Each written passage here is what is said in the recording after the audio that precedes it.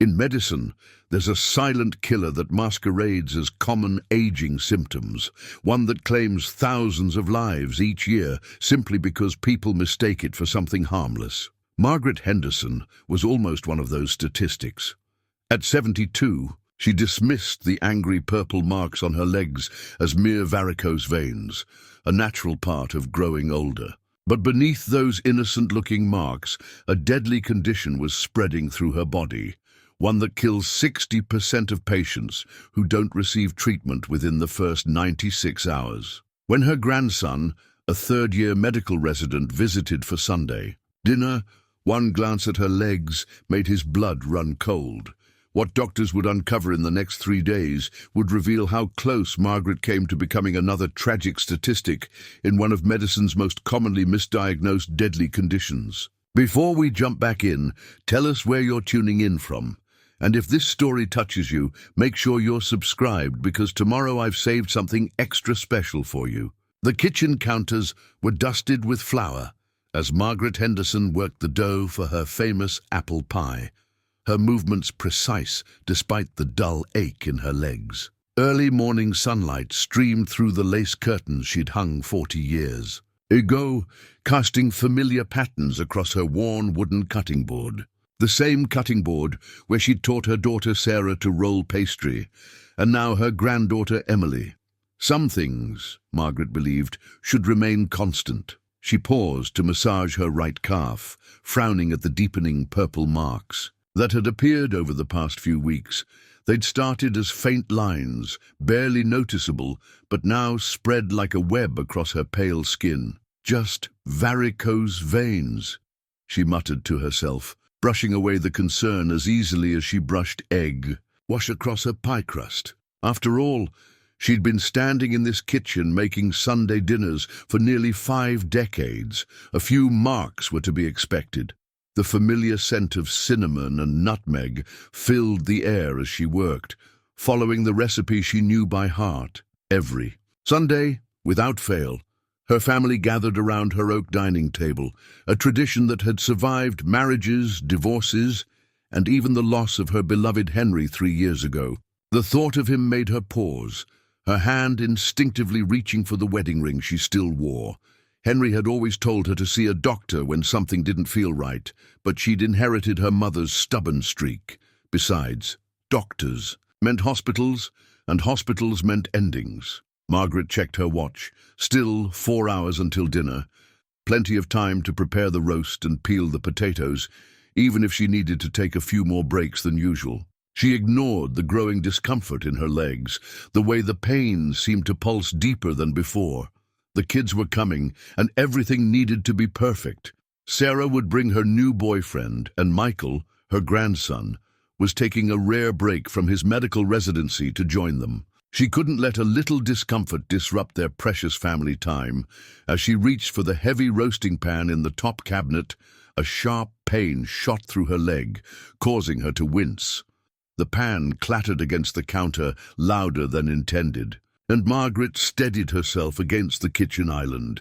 "Just need to rest a moment," she whispered to the empty kitchen, easing herself onto a stool. The pain subsided slowly, but a new sensation had joined it, a warmth and tenderness she hadn't noticed before. Margaret glanced at the family photos lining her refrigerator, snapshots of Sunday dinners past. Henry's smiling face beamed from the center picture, taken at their last Thanksgiving together. He would have insisted she call the doctor weeks ago when the marks first appeared. But Henry wasn't here anymore, and Margaret had promised herself she wouldn't become one of those elderly women who ran to the doctor for every little thing. She was a Henderson, and Hendersons were strong. Standing carefully, she returned to her preparations. The roast needed seasoning, the vegetables needed chopping, and the table needed setting with her best china. Her family would be here soon, and everything had to be just right. She pushed the nagging pain to the back of her mind, focused on the familiar rhythm of her Sunday routine. After all, what harm could a few varicose veins do? They were just another sign of a life well lived, another small indignity of aging that she would face with quiet grace. But as she moved around her kitchen, Margaret couldn't shake the feeling that something was different about today. Maybe it was the way the pain seemed to reach deeper, or how her right ankle had begun to swell slightly. Or perhaps it was the memory of Henry's voice in her head, gentle but insistent. Better safe than sorry, Maggie. She pushed the thought away. Today was about family, about tradition, about the joy of bringing her loved ones together. Everything else could wait until tomorrow. Sarah arrived first, as she always did, her new boyfriend Tom in tow. She inherited her mother's early bird nature, along with the Henderson family's prominent cheekbones and warm brown eyes. "Mom, it smells amazing in here," she called out, hanging her coat by the door. Tom followed behind, carrying a bottle of wine and wearing the slightly nervous expression common to all newcomers at Margaret's Sunday dinners. "Just trying something new with the roast," Margaret replied, grateful for the kitchen island that hid her slight limp. Sarah had her father's observant nature. She'd notice if something was off. The last thing Margaret wanted was to worry her daughter, especially now that she was finally finding happiness again after her divorce. Emily, her 16-year-old granddaughter, breezed in next, her dark hair streaked with purple highlights that matched her grandmother's legwear, though for very different reasons. "Grandma, did you make the apple pie?" She moved to hug Margaret, who carefully shifted to keep her weight off her increasingly painful right leg. Would it be Sunday without it? Margaret smiled, breathing in the familiar scent of her granddaughter's strawberry shampoo. Emily had been just 13 when Henry passed, and these Sunday dinners had become their way of keeping his memory alive. The doorbell chimed again, and Sarah opened it to reveal Michael, still in his hospital scrubs beneath. His coat. Dark circles shadowed his eyes. Residency was taking its toll, but his smile was bright as ever. "Sorry, I'm not changed," he called out. "Surgery ran long." At 28, he was the spitting image of his father, Margaret's eldest son, David, who was stationed overseas. "You look like you need feeding up," Margaret observed, moving to hug him. As she stepped forward, her right leg protested sharply, causing her to stumble slightly. Michael's medical training kicked in instantly, his hands steadying her as his eyes narrowed with concern. "You okay, Grandma?" he asked, his voice carrying that professional tone she'd heard developing over his years of medical school. "Just these old legs." Margaret laughed it off, but Michael didn't smile. His eyes had caught sight of the discoloration visible beneath. Her knee-length dress, varicose veins, she added quickly, nothing to fuss about. Michael frowned, kneeling to get a better look. "How long have you had these, Grandma?" His voice was casual, but Margaret recognized the careful way doctors asked questions when something worried them. She'd heard the same tone from Henry's. "Oncologist 3 years ago. Oh, they've been coming on gradually," she deflected, turning toward the kitchen. "Sarah, would you help me with the vegetables?" But Michael wasn't so easily distracted. He followed her into the kitchen, watching how she favored her left leg. "Any pain? Swelling? Tenderness?" Each question made Margaret's heart beat a little. Pastor, she didn't want this, didn't want medical concerns intruding on their family time. "Michael, sweetheart, it's Sunday dinner. We don't need a medical consultation." She tried to keep her voice light, but Sarah had noticed the exchange, her brow furrowing with worry. "Mom, what's wrong with your legs?" "Nothing's wrong," Margaret insisted, pulling the roast from the oven with perhaps more force than necessary. "Now who's going to help me set the table?" Emily jumped in, sensing the tension and trying to help in her teenage way. "I will, Grandma." "Tom, you can help too. You need to learn where everything goes if you're going to be part of the family." The comment brought smiles all around, temporarily lifting the concerned atmosphere. But Margaret could feel Michael's eyes on her throughout dinner, noting every wince she tried to hide, every careful adjustment of her position. He'd grown up watching his grandfather battle cancer, and she recognized the same worry in his face now that she'd seen then. As they gathered around the table, Margaret led them in their traditional grace, the same words they'd spoken every Sunday for decades. But today, as she listened to her family's voices joining in the familiar prayer, she couldn't shake the feeling that Michael's medical training had spotted something she'd been trying very hard not to see. When she opened her eyes, she found him watching her with that same concerned expression, and for the first time she felt a flicker of real fear about the marks on her legs. Monday morning arrived with a heaviness Margaret couldn't shake. She stood at her bedroom window, watching the sunrise paint the sky in shades of pink and gold, just as she had every morning since Henry's passing. Their morning ritual, too. Cups of coffee, shared in comfortable silence as they watched the world wake up. Now she made only one cup, but couldn't break the habit of rising with the sun. The pain in her legs had grown worse overnight. The angry purple marks seemed darker in the morning light, and her right ankle had swollen enough that she had to leave her favorite shoes in the closet. She caught her reflection in the mirror. A proud woman of 72, silver hair, neatly styled, posture still straight despite the discomfort. No one looking at her would guess how much effort it took to maintain that image of composure. Just need to keep moving, she muttered to herself. Henry's old advice for his arthritis now, becoming her daily mantra.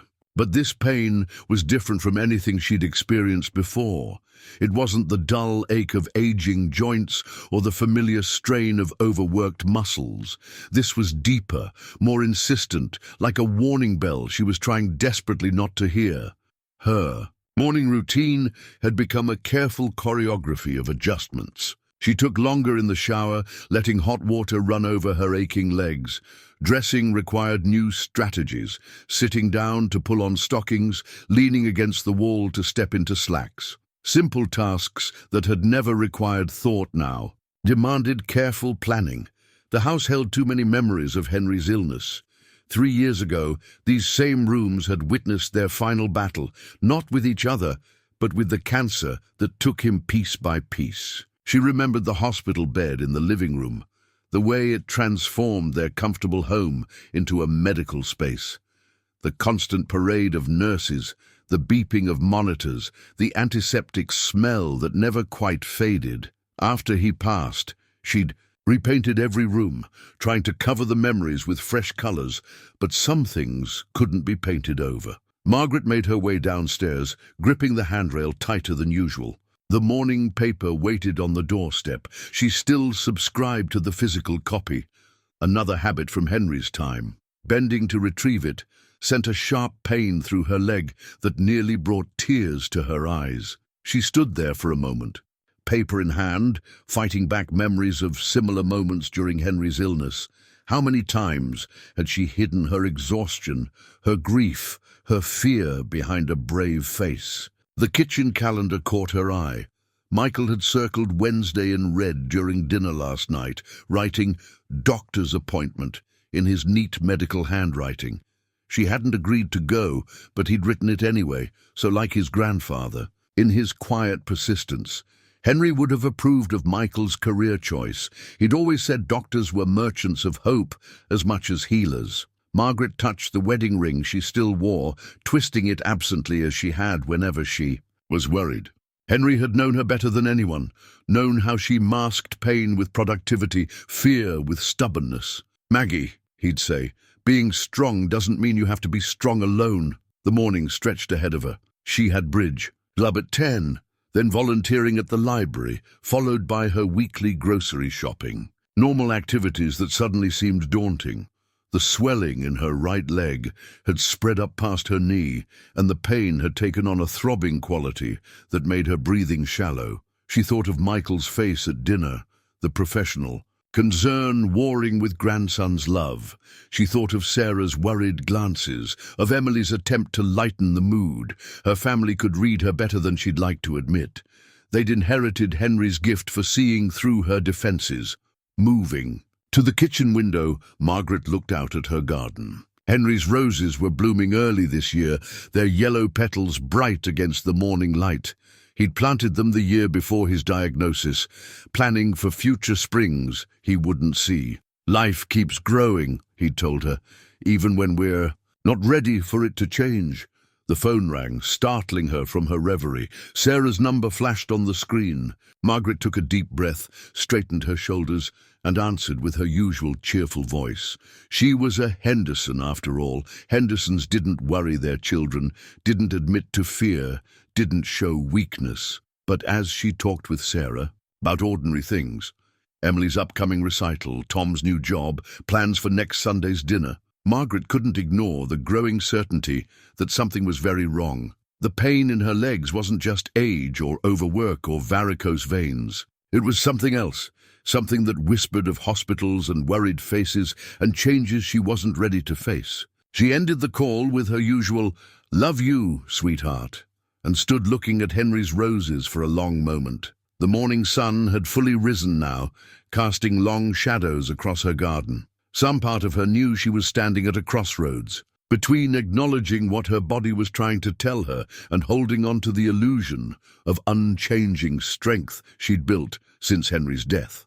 The following Sunday arrived with an unusual heaviness in the air, clouds gathering despite the forecast for clear skies.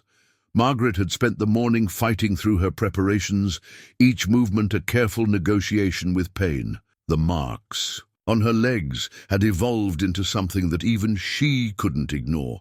Dark purple patches, accompanied by a warmth that seemed to radiate from within. Michael arrived early this time, changed out of his scrubs and carrying his medical bag.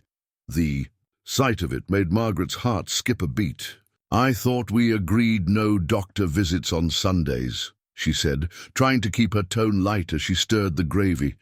"Just came straight from a house call," he replied, but she caught the lie in his eyes. Henry's eyes, really, passed down through their son David to this grandson who saw too much. "Grandma, I need to look at your legs properly. What I saw last week—" "The roast will burn," Margaret interrupted, turning back to the stove. But as she shifted her weight, a sharp pain shot through her right leg, causing her to gasp. The wooden spoon clattered against the pot. Michael was at her side instantly, his professional demeanor taking over. "Sit down, now!" His voice carried an authority she'd never heard from him before. "Mom!" he called out as Sarah entered the kitchen. "Help Grandma to the chair." "I don't need—" Margaret began, but her protest was cut short by another wave of pain. Sarah's arm went around her waist, and suddenly she was being guided to her favorite kitchen chair. "Emily, take over the gravy," Sarah instructed her daughter, who had appeared in the doorway.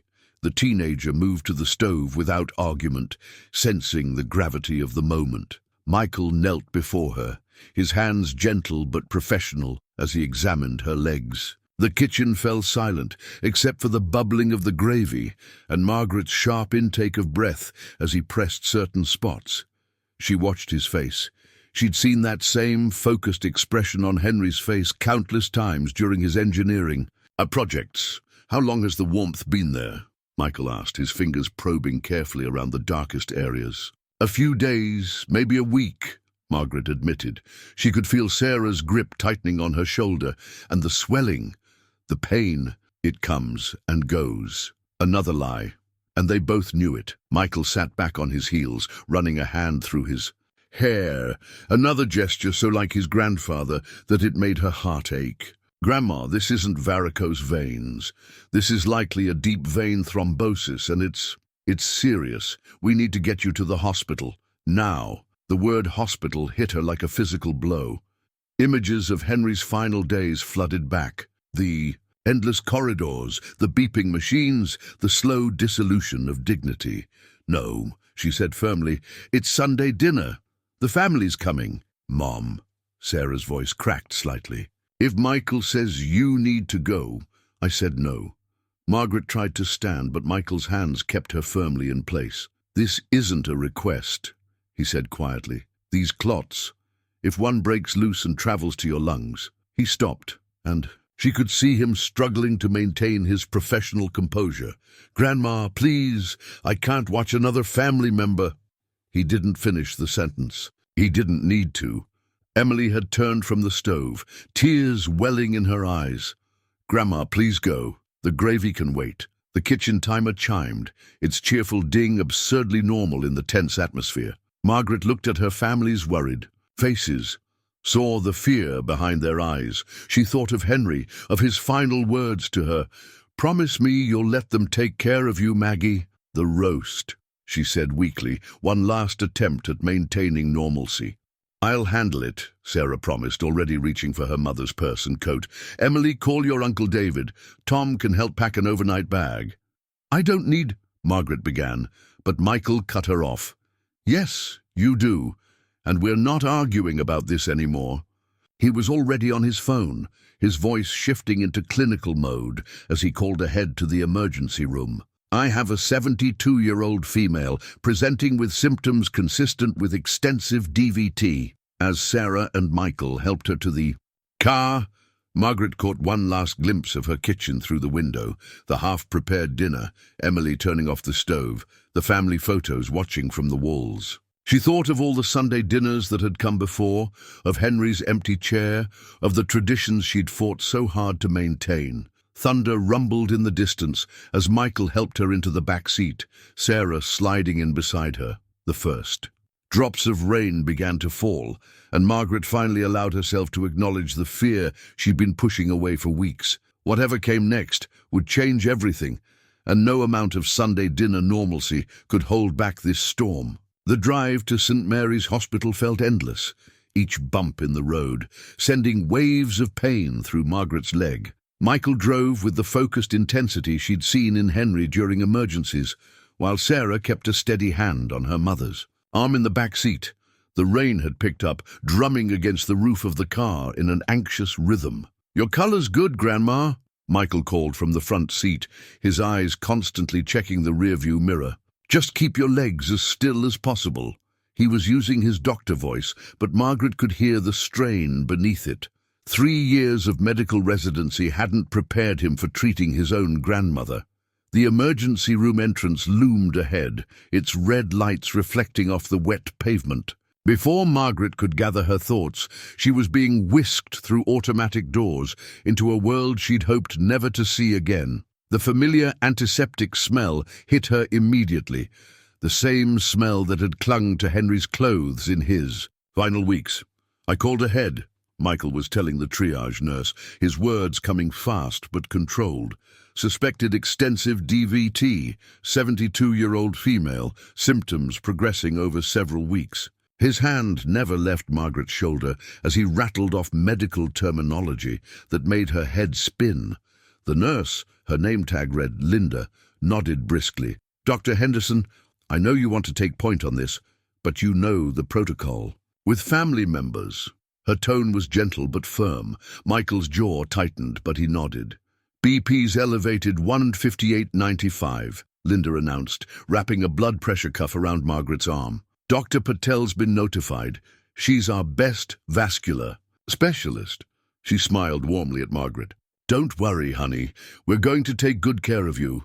Sarah had been quietly filling out admission forms, her hand shaking slightly as she wrote, "Mum, what medications are you on currently?" The question brought Margaret back to the present. She'd been staring at the wall, at a poster about heart disease that reminded her too much of Henry's last days. "Just my blood pressure pills," Margaret replied, then remembered something.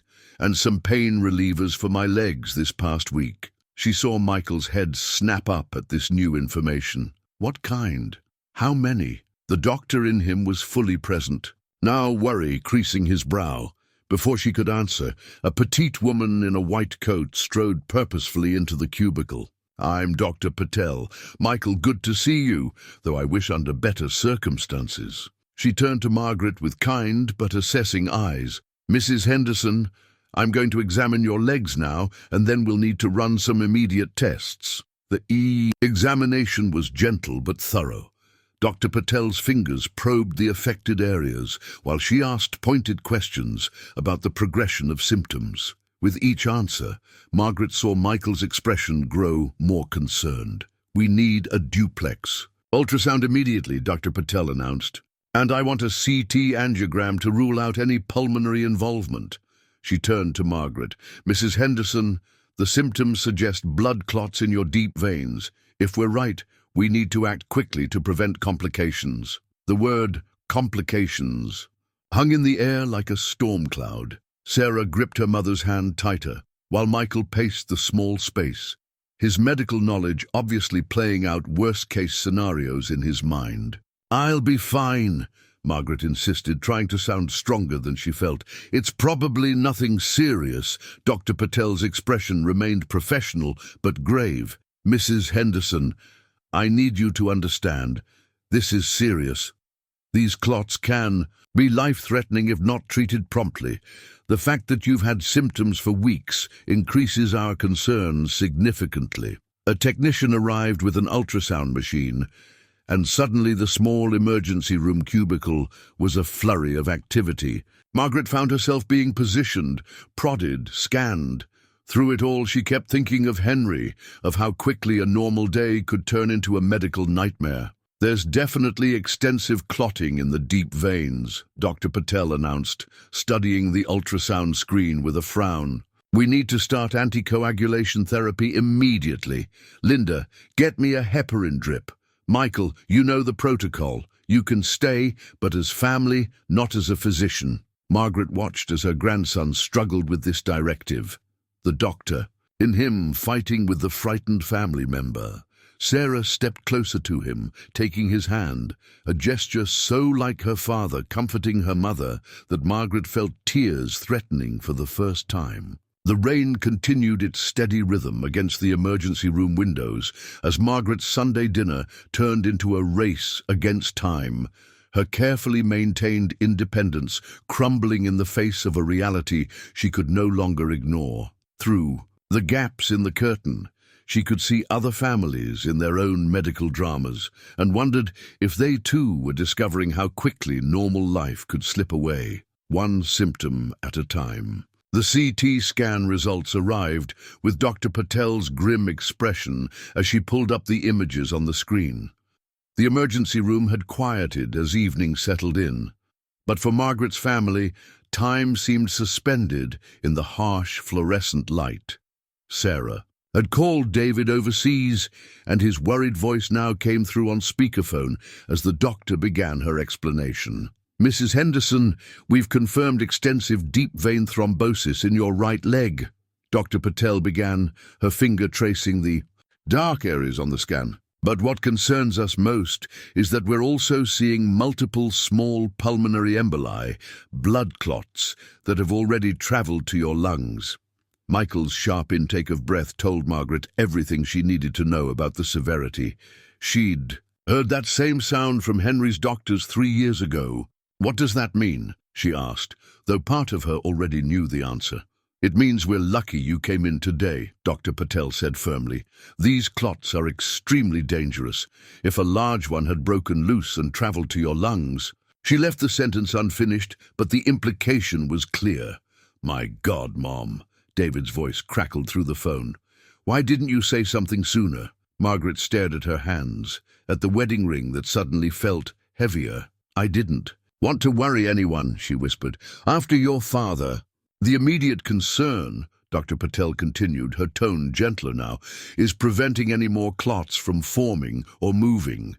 We're admitting you to the ICU for close monitoring. The next 48 hours are critical." Sarah's face had gone pale. "ICU?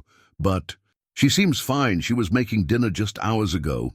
"That's what makes DVT and pulmonary emboli so dangerous," Michael explained, his medical training taking over despite his personal involvement. "You can be walking around with a potentially fatal condition and not realize how serious it is until—" He stopped, emotion finally cracking through his professional veneer. "What's the treatment plan?" David asked through the phone, his military precision focusing on the practical. Dr. Patel outlined the approach. Blood thinners, careful monitoring, possible procedures if the clots didn't respond to medication. Each word added another layer of reality to what Margaret had tried so hard to deny. "We'll also need to investigate why these clots formed," the doctor added. "At your age, with your activity level, this is unusual. We'll run some additional tests." But Margaret wasn't listening anymore. She was thinking of her kitchen, the half-prepared Sunday dinner, Emily's worried face as they left. She thought of Henry's last days in this same hospital, how he'd made her promise to take care of herself, to let their children help. She'd broken that promise, letting fear and stubbornness blind her to the warning signs her body had been sending. "Mom," Sarah's voice brought her back to the present. "The nurse needs to take you up to ICU now." Margaret looked at her daughter's face, saw the fear she was trying to hide. She saw Michael, still in his Sunday clothes, now crumpled from hours in the emergency room, his medical knowledge both a blessing and a curse as he understood exactly what could have happened. She heard David's controlled breathing through the phone, maintaining his military composure from thousands of miles away. "I'm sorry," she said finally, the words catching in her throat. "I should have said something sooner. After your father, I just couldn't bear to put you all through another hospital stay." "Oh, Mom," Sarah's eyes filled with tears. "That's exactly why you should have told us. We can't lose you too." The ICU nurse arrived with a wheelchair and suddenly everything was moving quickly. As they transferred her to the critical care unit, Margaret caught fragments of medical conversations, blood oxygen levels, anticoagulation protocols, monitoring schedules. She saw Michael conferring with Dr. Patel, his professional mask slipping as they discussed her case. In the ICU room, under the harsh lights and surrounded by beeping monitors, Margaret finally allowed herself to feel the fear she'd been suppressing. Not just fear of the diagnosis, but fear of becoming what she dreaded most, a burden to her children, a patient instead of a protector, a widow who couldn't keep her promise to her dying husband. The night settled in around the hospital, and somewhere in her kitchen, the Sunday dinner grew cold, while her family gathered not around her dining table, but around her hospital bed, united in their worry and love, forcing her to face a truth she'd tried so hard to ignore. Sometimes, being strong meant admitting when you couldn't be strong alone. The first night in the ICU passed in a blur of vital sign checks and medication adjustments. Margaret drifted in and out of sleep, each time waking to find a different family member by her side. Sarah had organized a rotation, something she'd learned during Henry's illness. No one stays alone in the hospital, not in this family. Dawn broke with Michael reviewing her charts, his residency badge clipped to his wrinkled dress shirt from yesterday. He'd never gone home, catching quick naps in the doctor's lounge between checking on her progress. The nurses tolerated his hovering with understanding smiles. Many had worked with him during his rotations. "Your coagulation levels are improving," he said, trying to sound optimistic. "The heparin drip is doing its job." Margaret adjusted herself in the bed, grimacing at the tangle of IV lines and monitoring wires. "You don't have to stay, sweetheart.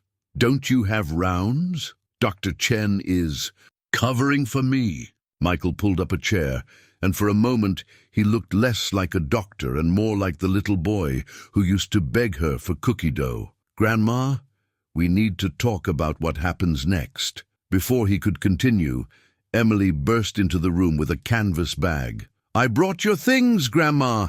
Your robe, your slippers, the nice ones with the memory foam. And look," she pulled out a framed photo of Henry. "I thought it might help to have Grandpa watching over you." Margaret's throat tightened as Emily placed the photo on the bedside table. Henry's smile beamed at her from their last vacation together before the cancer diagnosis changed everything. She reached for Emily's hand, squeezing it gently. "Dr. Patel's starting you on warfarin today," Michael continued, his professional tone wavering slightly. "It's a long-term blood thinner. You'll need regular monitoring, careful diet management." "What your cousin means," Sarah interrupted, "entering with coffee for everyone, is that you're not doing this alone anymore, Mom. We're setting up a schedule. Someone will be with you for appointments, helping with medications." "I don't need a babysitter," Margaret protested, but her words lacked their usual force. The gravity of her close call was still sinking in, along with the realization that her independent life would need to change. "No, you need your family," came David's voice from Sarah's phone. He'd been coordinating his leave paperwork all night. "I'll be home next week. The Air Force understands family medical emergencies. Tom appeared in the doorway, carrying a thermal container. I tried to recreate your Sunday roast," he said sheepishly. "Sarah supervised. We thought maybe some normal food would help." The gesture brought unexpected tears to Margaret's eyes. This near stranger, wanting so much to help, had spent his Monday morning trying to cook her recipe. She thought of all the Sunday dinners ahead, how they would need to change, how she would need to accept help instead of always providing it. Dr. Patel arrived for morning rounds, nodding approval at Margaret's improved numbers. "The clots are beginning to respond to treatment," she explained. "But recovery will take time. You'll need to be patient with yourself." "She means you'll need to actually rest," Michael added, his doctor voice returning. "No more pushing through pain. No more hiding symptoms." Margaret looked around the room, at her grandson's worried determination, Sarah's quiet strength, Emily's youthful energy, Tom's earnest desire to help, David's voice lending support from across the ocean. She thought of Henry's photo watching over her, of his voice in her memory. "Being strong doesn't mean being stubborn, Maggie." A nurse arrived with the first dose of warfarin, explaining the medication schedule that would become part of Margaret's new normal. As she listened to the instructions, she felt Sarah's hand slip into hers, offering silent support. "We'll need to check your blood regularly," the nurse continued. "And you'll have to be careful about vitamin K intake. It affects how the medicine works." "I'll help track everything," Emily offered, already pulling up a medical app on her phone. "We can make it like a project." Margaret watched her family mobilizing around her care, each finding ways to help, to be strong for her as she'd always tried to be strong for them. The fear was still there. Fear of dependency, fear of weakness, fear of hospitals, but now it was matched by something else. The realization that letting people help didn't diminish her strength. It only proved how much love she'd built. "In her family, okay," she said finally, her voice quiet but determined. "Show me what I need to do. Show me how to fight this."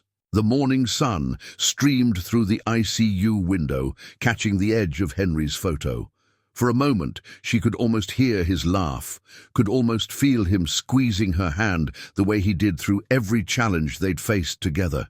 This time, she'd keep her promise to him. This time, she'd let their family help. This time, she'd fight not just with stubbornness, but with the combined strength of all the love around her. On the third morning of Margaret's hospital stay, Dr. Patel arrived with a thick folder of test results and a concerned expression that made Michael sit up straighter in his chair. The initial crisis had passed. The blood thinners were working. The clots were stabilizing. But something in the doctor's face suggested this wasn't a routine checkup. "Mrs. Henderson," Dr. Patel began, pulling up a chair, "the extensive testing we've done has revealed some additional concerns we need to discuss." She glanced at Michael, who nodded slightly, doctor to doctor, before she continued. "The blood work shows several significant abnormalities that can't be explained by the DVT alone." Sarah, who had been arranging flowers sent by the Bridge Club, stopped mid-motion. "What kind of abnormalities?" Dr. Patel opened the folder, revealing pages of lab results highlighted in yellow. "Your mother's kidney function is significantly decreased. Her blood pressure, despite medication, remains dangerously high, and there are indicators of potential cardiac issues that need immediate attention." Margaret stared at her hands, twisted in the hospital blanket. The room had grown unbearably quiet, save for the steady beep of monitors. She could feel Michael's medical training wrestling with his family emotions, could sense Sarah's rising questions. "Mom?" Sarah's voice was gentle but insistent. "Have you been feeling other symptoms you haven't told us about?" The moment Margaret had dreaded had arrived. She looked at Henry's photo on the bedside table, remembering all the promises she'd made to him. "I didn't want to worry anyone," she began, her voice barely above a whisper. "After your father, I couldn't bear to put you through another illness." "Please, Mrs. Henderson," Dr. Patel urged, "we need to know everything." The words began to spill out, like water through a breaking dam. "The chest pain started about 6 Months ago, just little twinges at first. I thought it was heartburn or stress. She couldn't look at Michael's face. Then the shortness of breath, especially on the stairs. The swelling in my ankles wasn't just from standing too long. Sometimes I'd get so dizzy I had to sit down. "Oh, Mom," Sarah whispered, tears forming in her eyes. "The headaches were the worst," Margaret continued, the confession. "Gathering momentum. Sometimes so bad I could barely see straight. But I kept thinking of your father's last days here, how it broke all of you to watch him suffer. I couldn't do that to you again." Michael stood abruptly, pacing the small room. His medical training was clearly showing him the dangerous path these ignored symptoms could have taken. "Grandma, you could have had a stroke, a heart attack. These aren't small things you can just push through." Dr. Patel nodded gravely. "The DVT might have been a blessing in disguise. It brought you here before these other conditions became critical. But now we need to address everything." She turned to her notes. "You'll need to see a cardiologist. The kidney specialist will be in this afternoon.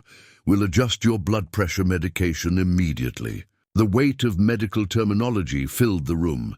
Ejection fraction, creatinine levels, systolic pressure. Margaret watched her family absorbing each new piece of information, saw the worry lines deepening on their faces. She thought of all. The Sunday dinners she'd hosted while hiding her symptoms. All the times she'd waved off their concerns. Emily, who had been quietly doing homework in the corner, suddenly spoke up. "Remember when you couldn't catch your breath at my piano recital last month? You said it was just emotion, being proud of me. But it wasn't, was it?" The simple question broke something in Margaret. The tears she'd been holding back since admission finally came. "I'm sorry," she sobbed. "I was trying to be strong, trying to keep everything normal. After losing your grandfather, I couldn't bear the thought of being weak, of being a burden." Sarah wrapped her arms around her mother, while Michael stopped, his pacing to take her hand.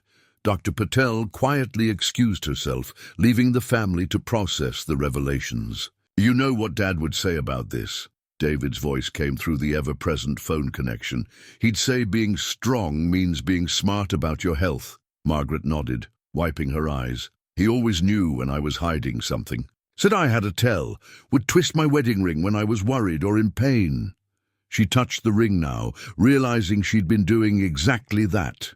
"We're going to get through this," Sarah said firmly. "All of it. But no more secrets, Mum. No more hiding symptoms. Promise us." Looking at her family's faces, the love and worry mixed with relief at finally knowing the truth, Margaret felt a different kind of strength emerging. Not the strength of denial and independence, but the strength that comes from trusting others with your vulnerability. "I promise," she said, and for the first time since Henry's death she felt the full weight of what she'd been carrying alone.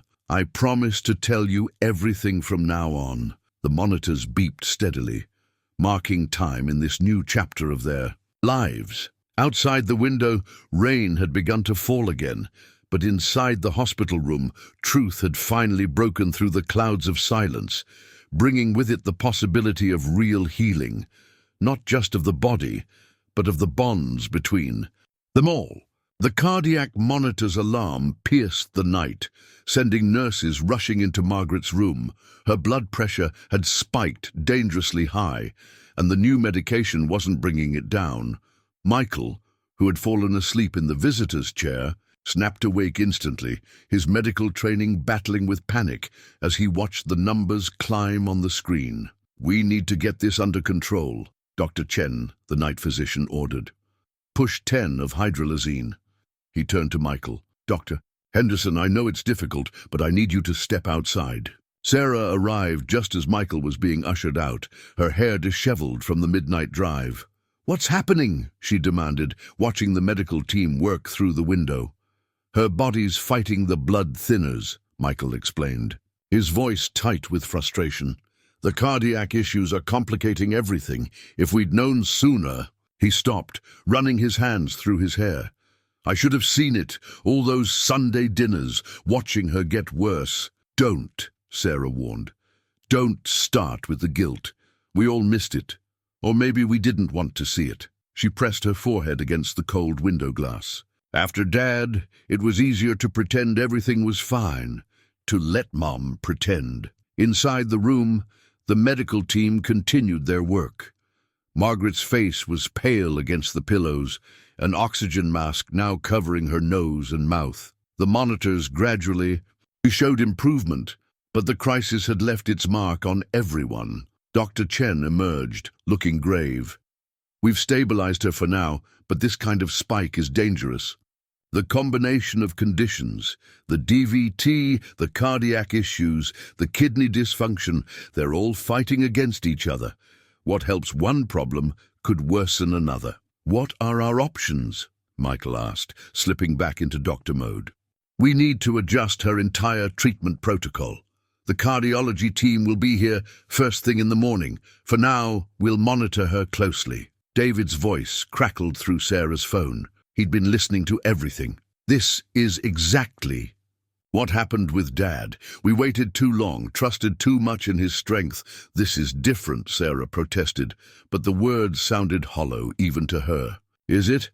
David's military composure cracked slightly. Mom hid her symptoms, just like Dad did. We all saw the signs and said nothing, just like with Dad. And now we're standing in the same damn hospital, watching the same monitors, hoping we're not too late. Again, the tension that had been building for days finally broke. You weren't even here, Sarah snapped. You didn't see Dad every day, watching him fade. You didn't have to hear Mum say she was fine over and over, while we all pretended to believe her. You were deployed, remember? Sarah, Michael warned, seeing the nurses glance their way. No, she's right.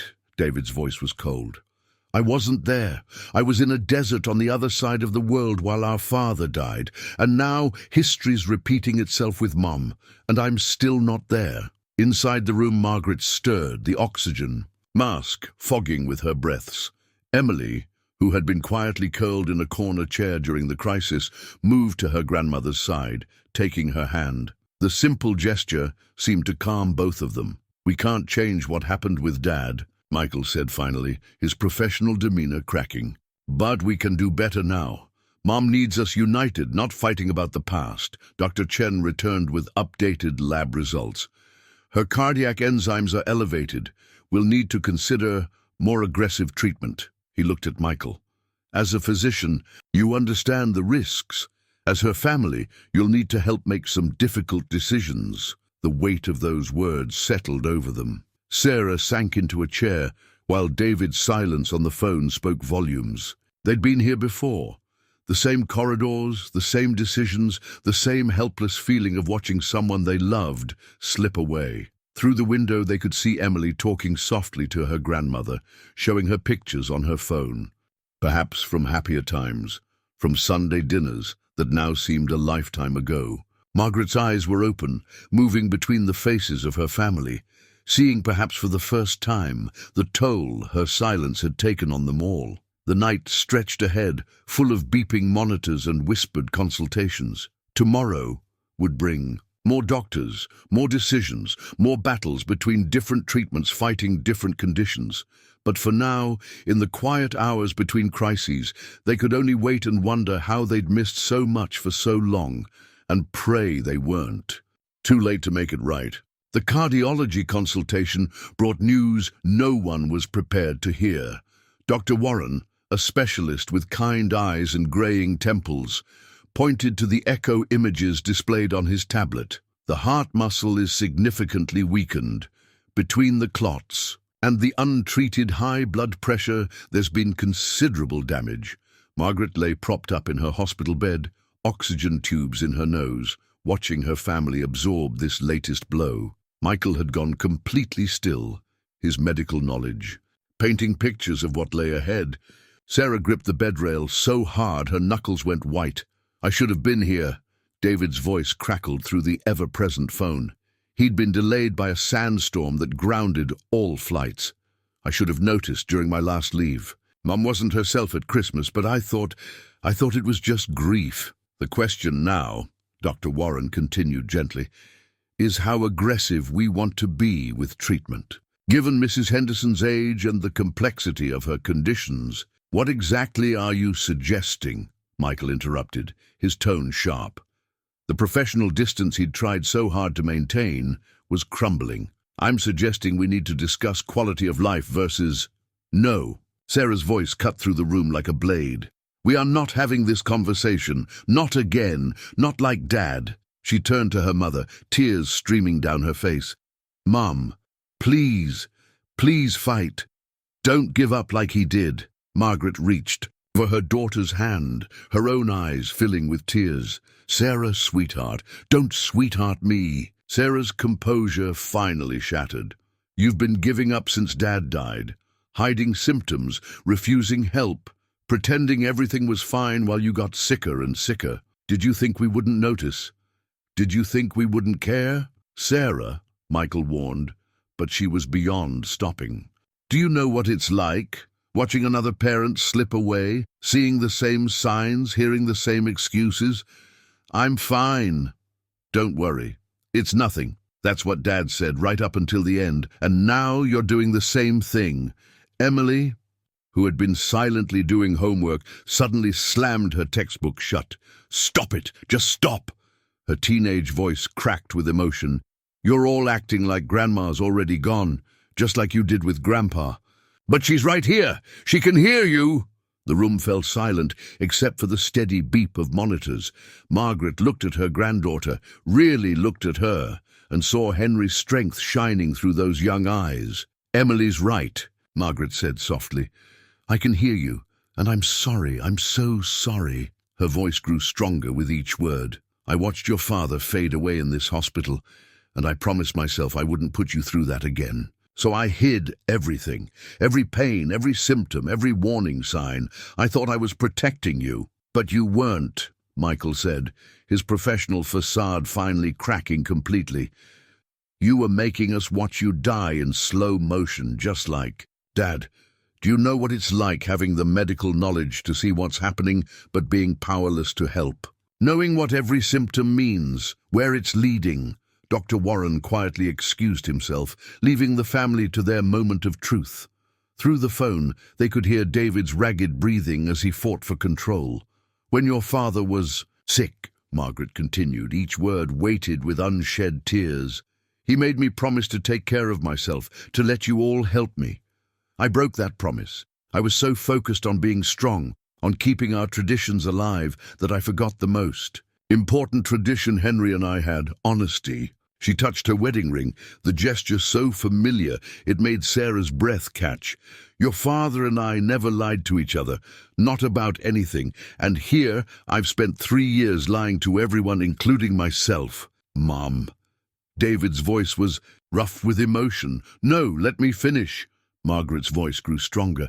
I've been so wrapped up in not becoming a burden that I forgot what your father taught us, that love is never a burden. That asking for help isn't weakness. She looked at each of their faces, seeing the pain and fear and love written there. I want to fight, not just for me, but for all of us. No more secrets, no more pretending. If we're going to face this, we face it together. Emily moved to her grandmother's side, taking her hand. One by one, the others joined her. Sarah, Michael, even David's presence strong through the phone. Outside the window, the sun was setting, painting the hospital room in shades of gold and shadow. In that light, they could almost see Henry standing with them, his strength flowing through their joined hands, reminding them that sometimes the greatest courage lies not in fighting alone, but in letting others fight beside you.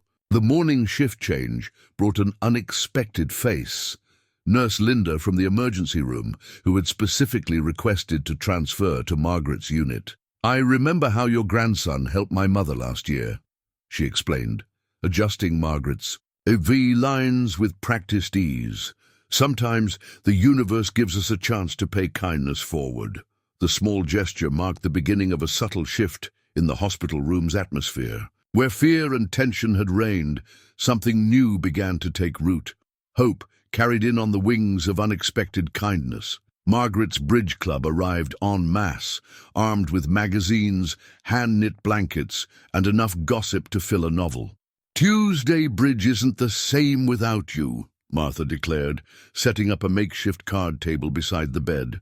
So we're bringing bridge to you. They played modified rounds between Margaret's treatments, their chatter and laughter drawing smiles even from the most serious doctors. Tom, still finding his place in the family, discovered his own way to help. His tech background proved invaluable in setting up a system to coordinate Margaret's care.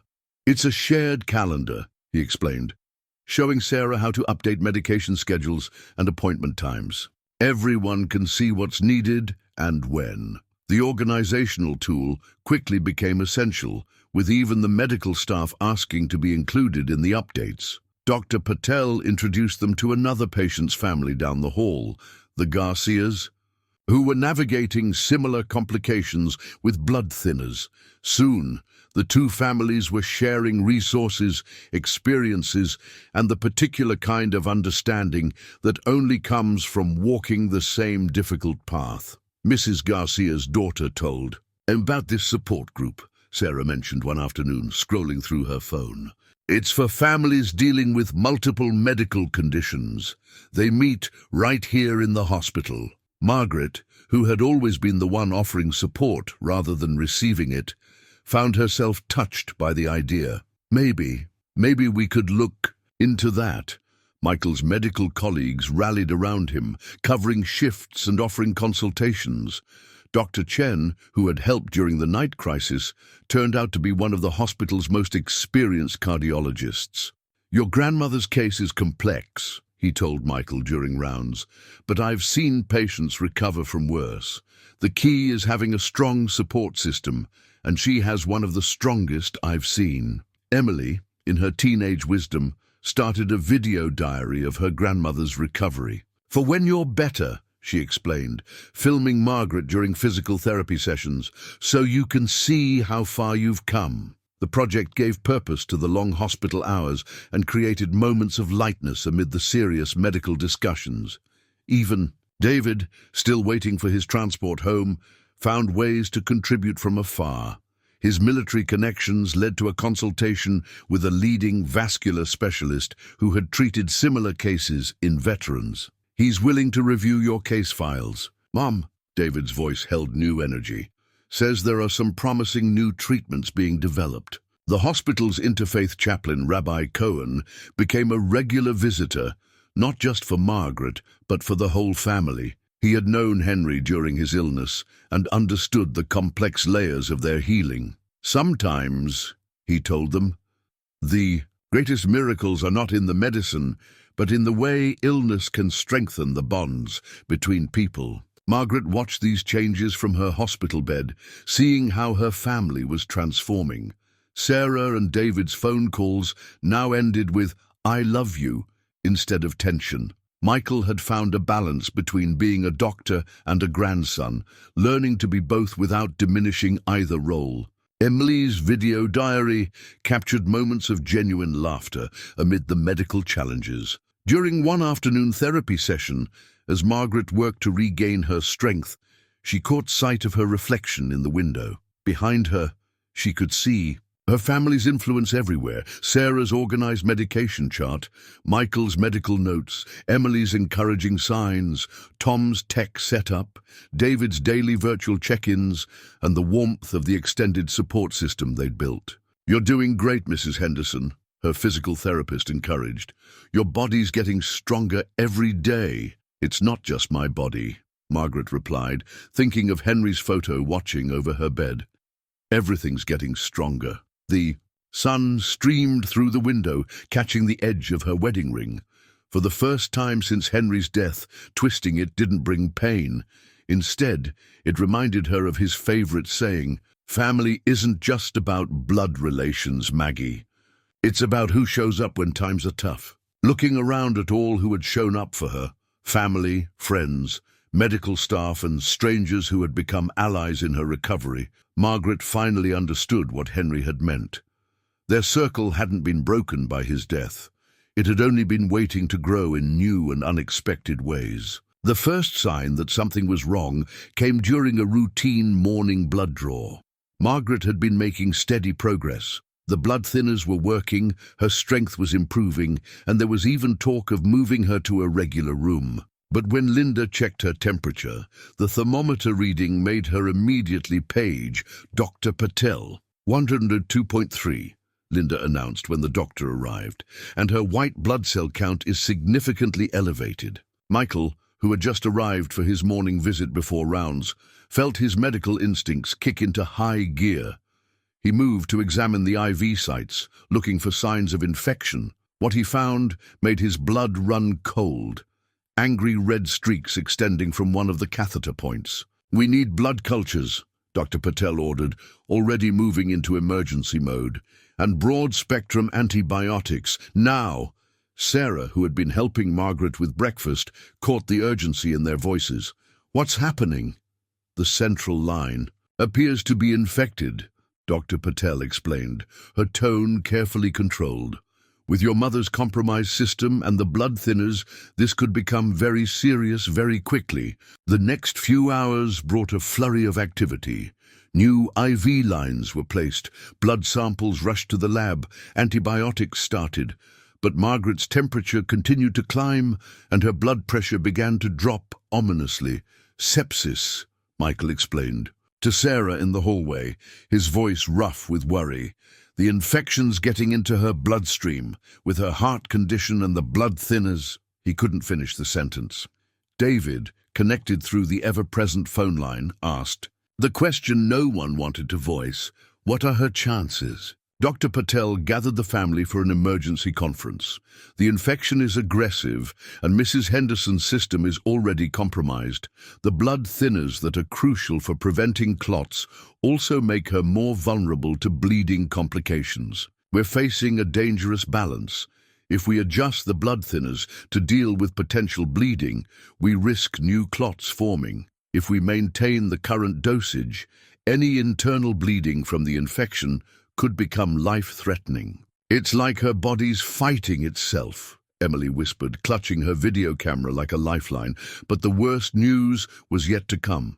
The blood cultures revealed a particularly resistant strain of bacteria, one that showed limited response to standard antibiotics. Dr. Patel's face was grave as she shared the results. "There's an experimental treatment protocol," she said carefully. "It's shown promise in cases like this, but it's still in trials. The success rate is about 60%, but the side effects can be severe. Without it," she paused, choosing her words carefully, "without intervention, septic shock becomes increasingly likely, and with Mrs. Henderson's conditions, her chances would be very low." The room fell silent, except for the increasingly urgent beeping of monitors. Margaret, pale against her pillows but still alert, looked at each of her family members' faces. "What aren't you saying, doctor?" "The treatment could save your life," Dr. Patel said directly, "but it could also put tremendous stress on your heart, given the existing damage." "It could kill me faster than the infection," Margaret finished. "Quietly, Mom." "No," Sarah started, but Margaret held up her hand. "I need to know everything," she said, her voice stronger than her body. "All the possibilities, all the risks. No more hiding from hard truths." As Dr. Patel outlined the details of the experimental protocol, a new reality settled over the room.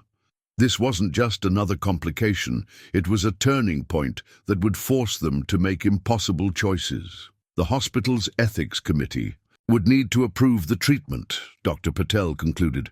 "Given the risks, they'll want to be sure you understand all implications before consenting." "How long do we have to decide?" David asked through the phone.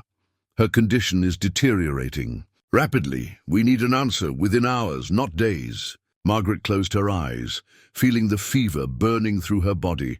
The infection was like a fire in her veins, consuming the strength she'd worked so hard to rebuild. Through the haze of illness, she could hear Henry's voice. "Sometimes the bravest thing is to admit you're scared, Maggie." "I'm scared," she whispered, and felt Sarah's hand tighten around hers. "But I need you all to listen carefully." She opened her eyes, looking at each beloved face. "If we're going to fight this, I need to know you're prepared for either outcome, because I won't have you carrying guilt no matter what happens. Promise me." Michael, the doctor warring with the grandson, spoke first. "We promise, Grandma. But you have to promise something too." His voice cracked slightly. "Promise you'll fight with everything you have." Through the windows, storm clouds were gathering, darkening the room. The monitors continued their urgent rhythm, marking each precious moment as Margaret and her family faced their hardest decision yet. The experimental treatment offered hope, but at a terrible risk. The infection promised certain decline, but perhaps a gentler ending. In the growing darkness, Margaret thought of all the choices that had led to this moment. The symptoms she'd hidden, the help she'd refused, the strength she'd tried to maintain alone. Now, facing perhaps her final decision, she realized that true strength lay not in making the choice alone, but in trusting her family to help her face whatever came. Next, the ethics committee convened within hours of Margaret's decision. The hospital conference room held an air of grave solemnity as Dr. Patel presented the case, with Michael standing beside her, both doctor and family advocate. Through video call, specialists from across the country weighed in on the risks and potential benefits of the experimental protocol. Back in Margaret's room, Sarah and Emily worked to keep her fever down with cool compresses while they waited. The infection was advancing rapidly, her temperature now hovering near 103, her breathing becoming more labored. Tom had taken over the task of updating the family's support network, his tech-savvy fingers coordinating messages between the bridge club, church members, and the growing circle of hospital allies they'd built. "The transport team just landed," Linda announced, checking her phone during her hourly vital signs check. "They're flying in the trial medication from the research center in Boston. Should be here within the hour." Margaret nodded weakly, conserving her strength. The decision to pursue the experimental treatment hadn't come easily, but in the end, it had been Henry who helped her choose. Or rather, the memory of him that Emily's video diary had captured. "Look, Grandma," Emily had said, showing her the footage from just days ago. "Look how strong you were getting. Remember what you said here about fighting together?" The video showed Margaret in physical therapy, working to regain her strength, surrounded by her family's support. Her own words played back to her. "Everything's getting stronger. Your father always said that starting something was the hardest." "Apart," Margaret had told them after watching the clip. "Once you commit, the path becomes clear." With those words, she'd signed the consent forms for the experimental treatment. Now, as they waited for the medication to arrive, each family member found their own way to prepare. Michael pored over the trial data, memorizing every potential complication and response protocol. Sarah organized the room, ensuring everything was ready for what lay ahead. Emily continued her video diary, capturing these tense moments with an understanding beyond her years. David's voice came through the speaker, stronger now that his transport issues were resolved. "My flight lands at 200. I'll be there before they start the treatment at dawn." The military precision in his voice carried an undertone of barely contained emotion. Dr. Chen arrived with final preparation instructions. "Once we begin, the first 24 hours are critical. The medication will essentially reboot your immune system while fighting the infection. Your heart will be under significant stress." He turned to Michael. "Dr. Henderson, I want you to assist in monitoring. You know your grandmother's baseline better than anyone." Margaret watched her grandson straighten at these words, saw him gathering his professional strength around him like armor. She remembered how Henry used to do the same thing before a difficult engineering project, finding courage in competence. Linda returned with a fresh IV setup. "New lines for the new medication," she explained, her experienced hands making quick work of the change. "Clean slate, fresh start, like your first date with Tom," Margaret said softly to Sarah, managing a small smile. "Sometimes the scariest beginnings lead to the best stories." Sarah's eyes filled with tears, but her voice stayed steady. Got that on camera, Emily? That's pure mom wisdom right there. A young doctor appeared in the doorway, slightly out of breath. The medication's here. We'll begin final preparations now. The room suddenly felt very small, very real. I need a moment with my family, Margaret requested. The medical team nodded, stepping out respectfully. In the quiet that followed, Margaret looked at each beloved face. Sarah's strength, Michael's determination, Emily's hope, David's presence through the phone, even Tom's steady support. She thought of her bridge club friends waiting for news, of Linda's extra care, of Dr. Patel's dedication. Most of all, she thought of Henry and what he would say about this moment. "Whatever happens," she began, but Sarah stopped her. "No goodbyes. Mum, this isn't Henry's story. This is your new chapter, and we're all part of it." Michael checked his watch. "They'll be starting soon. The protocol takes 6 hours for the initial treatment." His doctor voice trembled slightly. "It's going to be rough, Grandma. Then it's a good thing I have the best medical team in the family," Margaret replied, reaching for his hand. "And the strongest support system in the hospital." She squeezed Sarah's hand with her other one. Through the window, the first hints of dawn were beginning to lighten the sky. Soon, David would arrive. Soon, the treatment would begin. Soon, they would know if their choice had been right.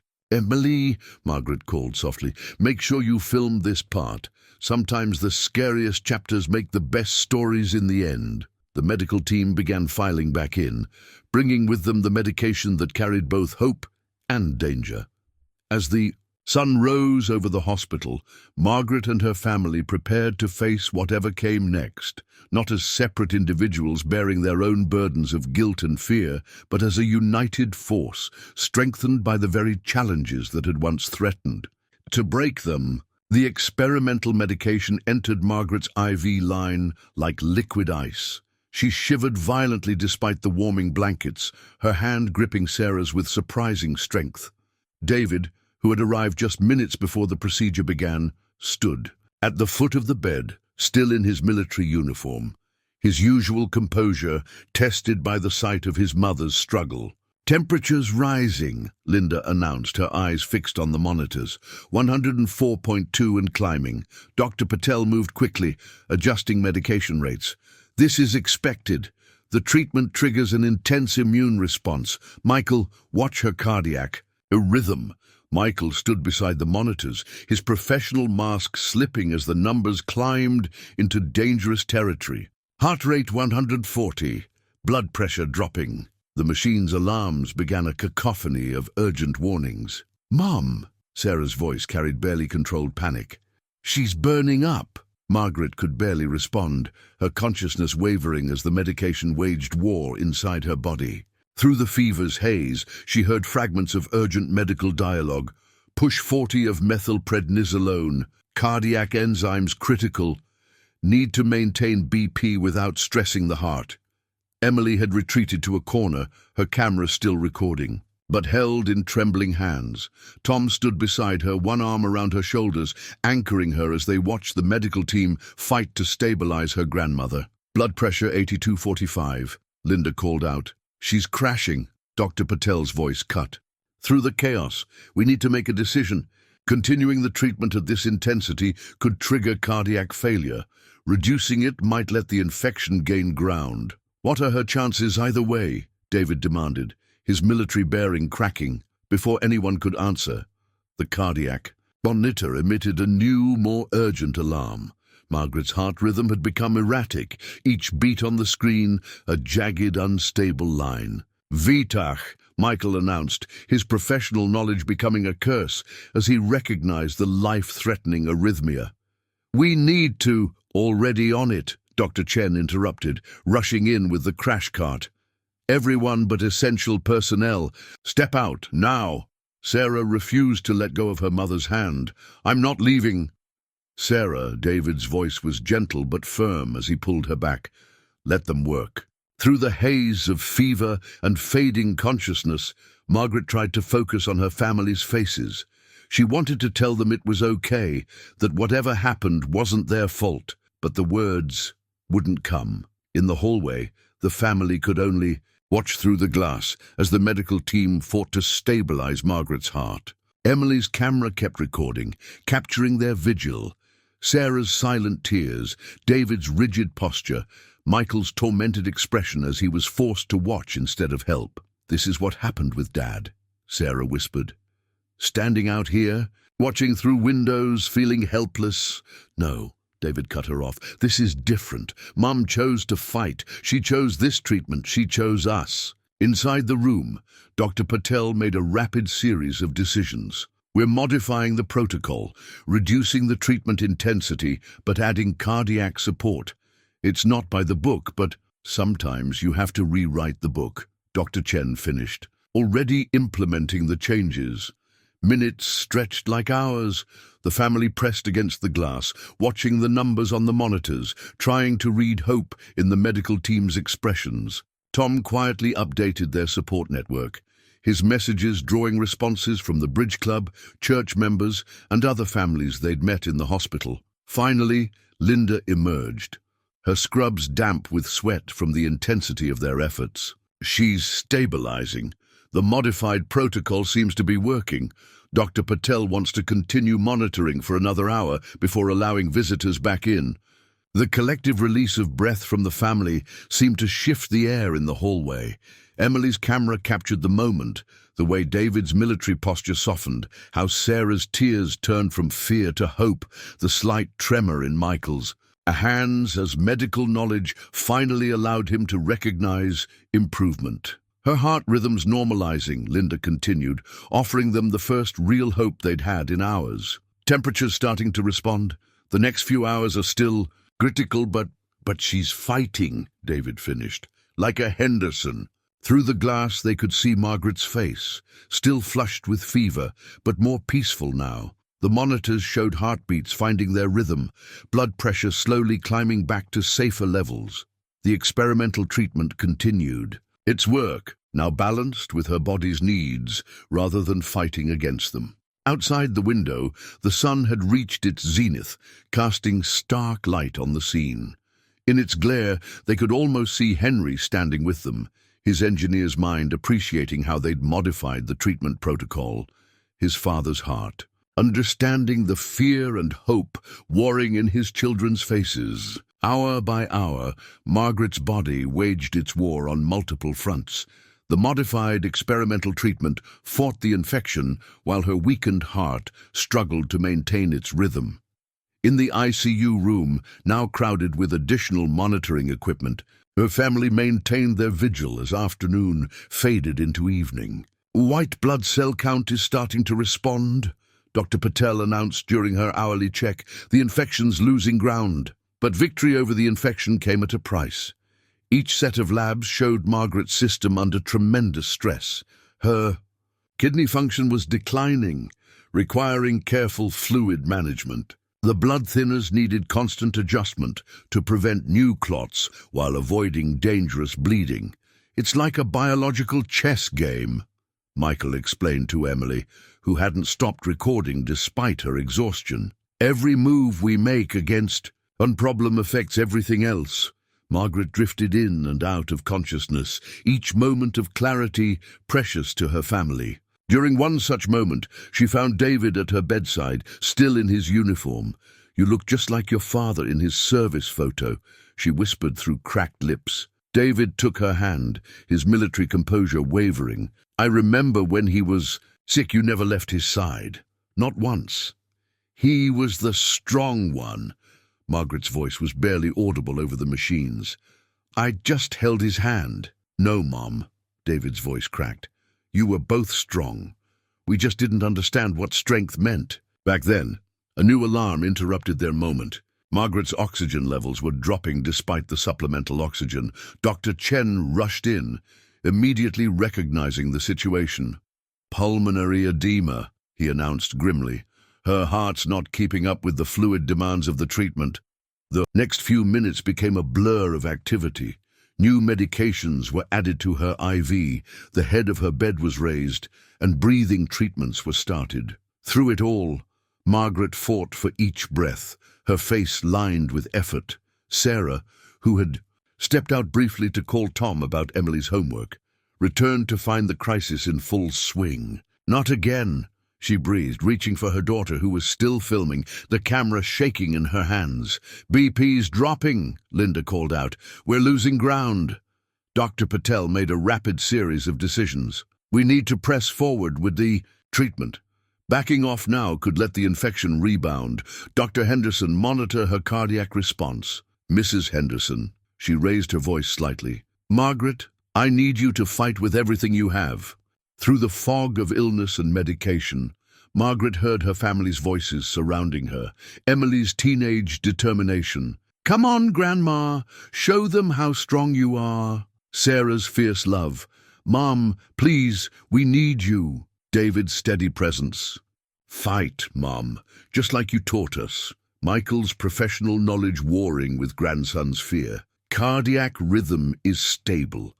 Hold on, Grandma, please hold on." In her mind, Margaret saw Henry standing in their garden, tending his roses. "The thorns protect the flowers, Maggie," he'd always said. "Sometimes love needs its defenses." She'd built so many defenses after losing him.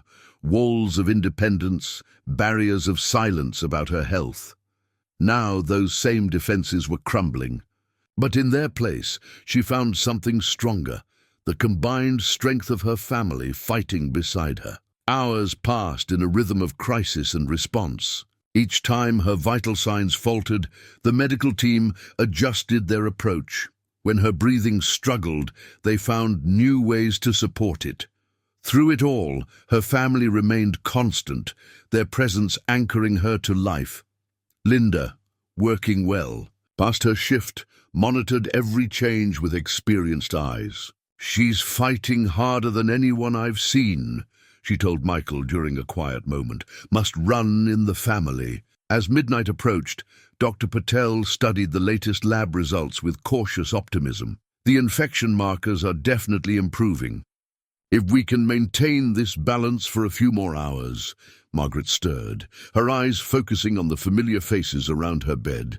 The fever still burned, her body still fought, but something had shifted. In the depths of this battle, she'd found a truth that Henry had known all along. Strength wasn't about standing alone, but about letting love become your strongest defense. Through the window, the night sky was clear, stars visible despite the city lights.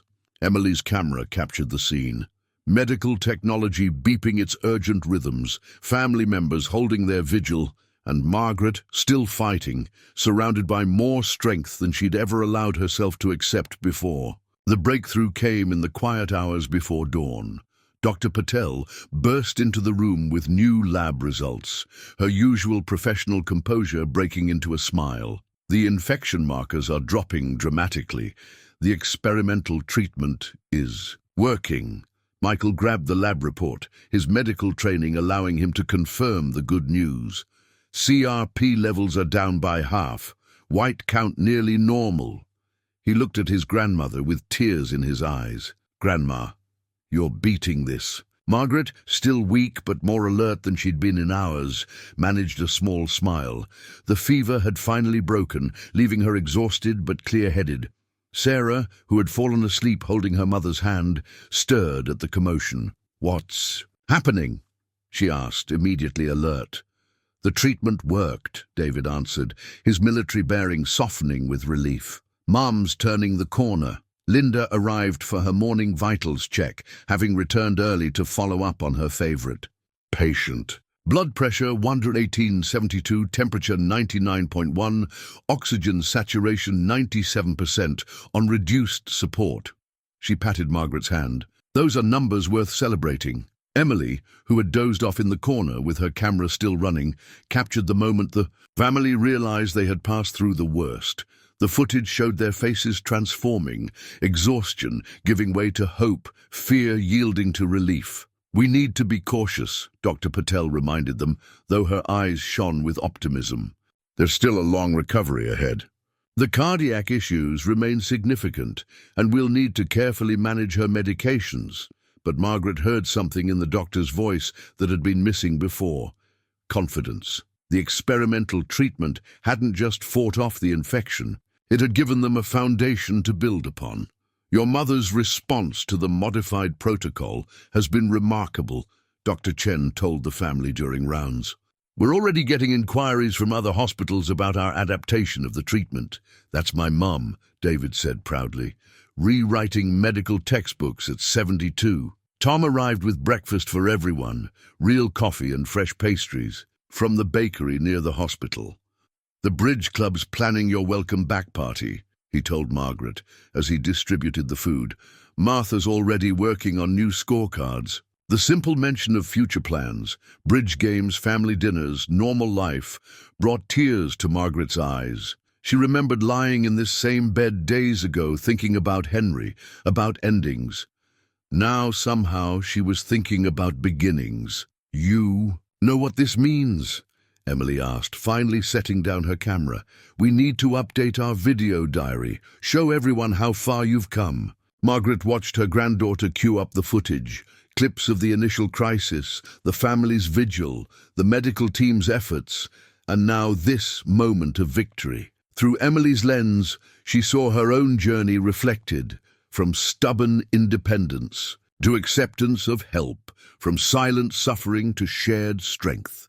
There's something else, Dr. Patel added, reviewing Margaret's latest echocardiogram.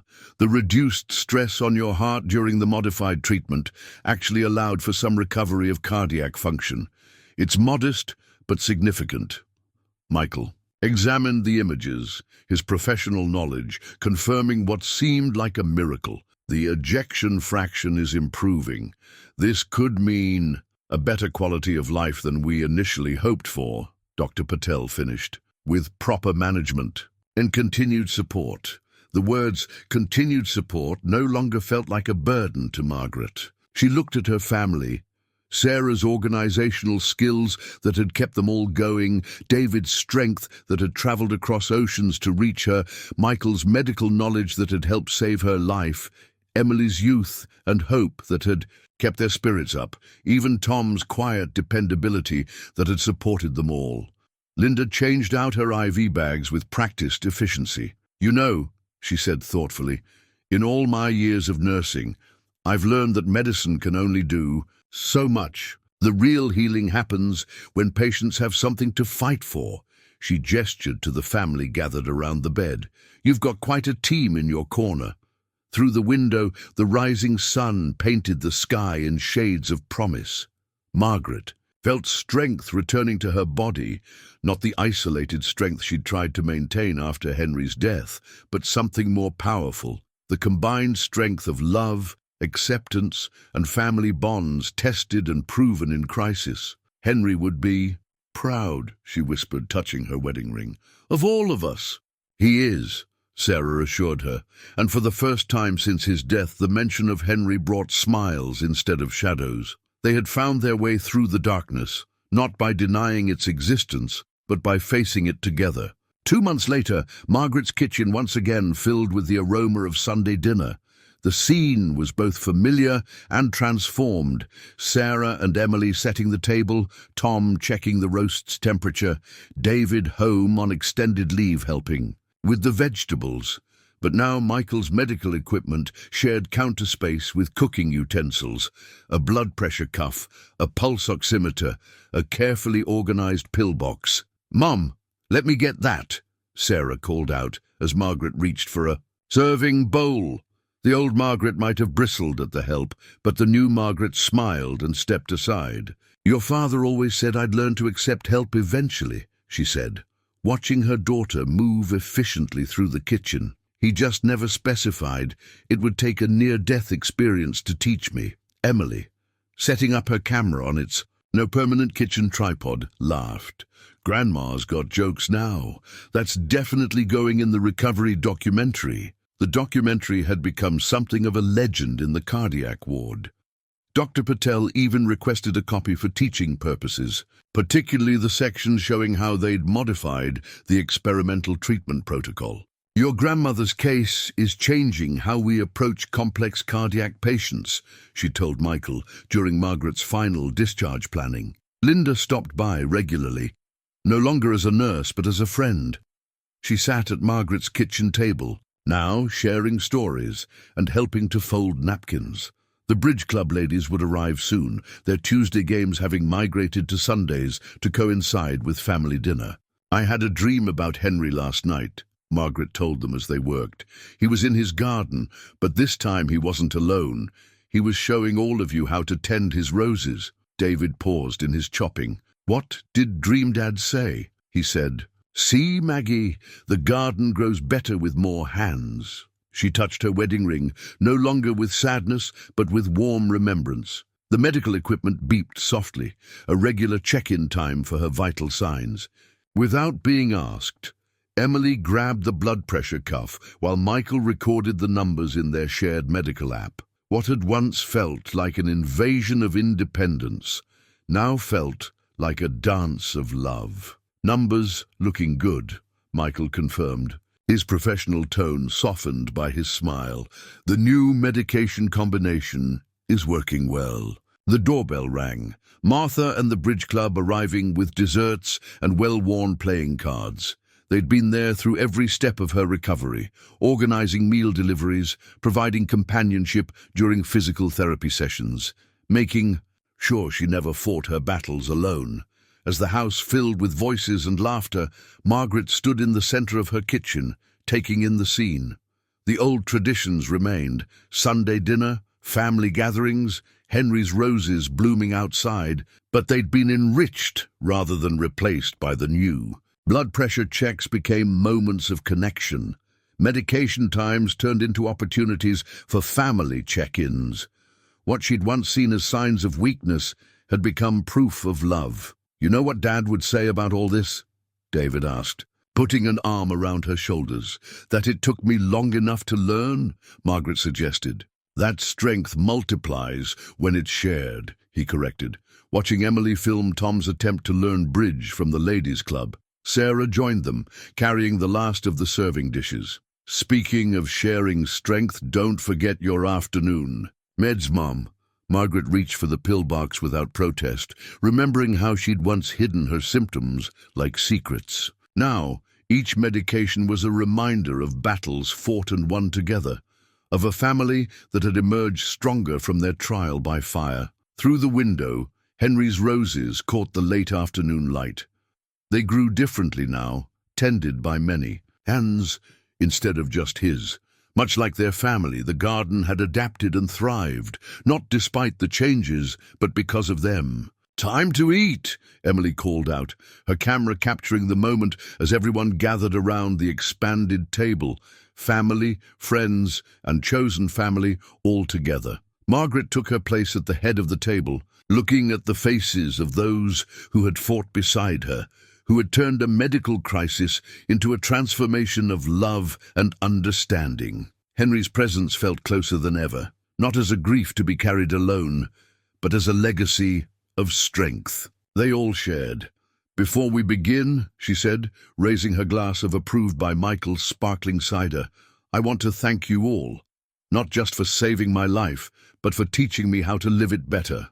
As the sun set on another Sunday dinner, Margaret Henderson felt her heart, stronger now in more ways than one, fill with gratitude. She had learned what Henry had always known, that true strength isn't found in standing alone, but in standing together, and that sometimes the greatest love stories aren't about romance, but about a family learning to heal together.